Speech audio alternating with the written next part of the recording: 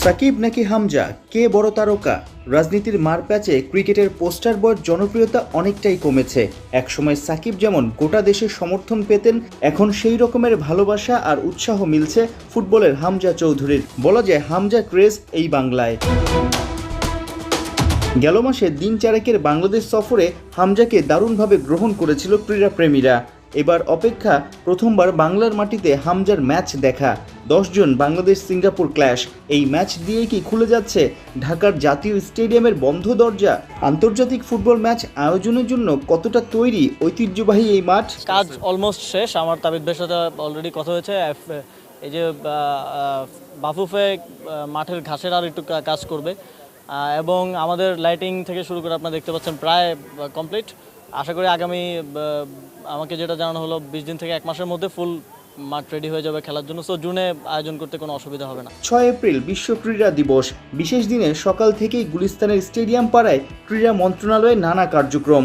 বড় বড় ইভেন্টে শুধু অংশগ্রহণ নয়, পদক জেতার জন্য যেন বাংলার অ্যাথলিটরা তৈরি হয় সেই উদ্যোগও নেওয়া হচ্ছে।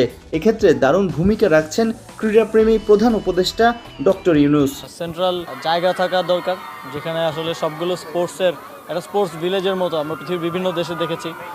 যে দেশগুলো স্পোর্টসে ভালো করেছে, চায়নাতে ইয়াটা আছে। তো প্রাথমিকভাবে আলোচনা চলছিল চায়নার সাথে, এবং আমি আমাদের মাননীয় প্রধান উপদেষ্টা ডক্টর মোহাম্মদ ইউনূস স্যারকেও জানিয়েছি বিষয়টা।